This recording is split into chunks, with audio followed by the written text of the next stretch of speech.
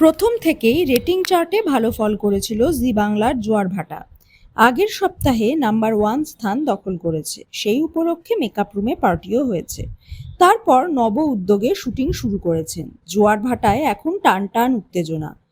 উজির ননদ খেয়াকে তার বদমাইশ বরের হাত থেকে উদ্ধার করেছে। প্রতিটা পর্ব অসাধারণ হলেও আরাত্রিকার সংলাপ বলার কায়দায় চিন্তিত তার অনুরাগীরা।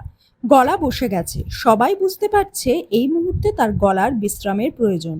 খুব কম কথা বলা উচিত, কিন্তু ডেলি সোপে বিশ্রামের কোনো সুযোগ নেই। প্রতিদিনই এপিসোড ব্যাংকিংয়ের চাপ থাকে। জোর কদমে চলে শুটিং। শীর্ষস্থান ধরে রাখতে মরিয়া পুরো টিম। 1 ইঞ্চি জমি ছাড়তে নারাজ আরাত্রিকা অর্থাৎ উজিও, তাই গলা ভেঙে গেলেও চিৎকার করে শর্ট দিচ্ছেন।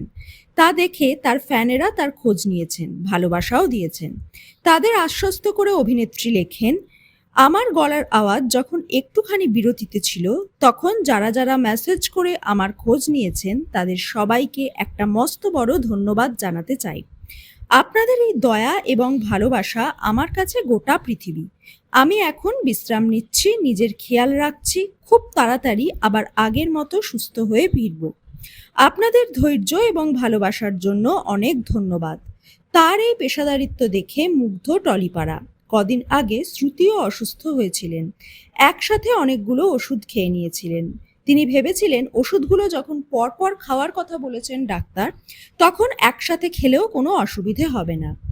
ফলে হঠাৎই অসুস্থ বোধ করেন, তাও শুটিং করেছেন। তাদের অক্লান্ত পরিশ্রমের জন্যই শীর্ষস্থানে জোয়ার ভাটা।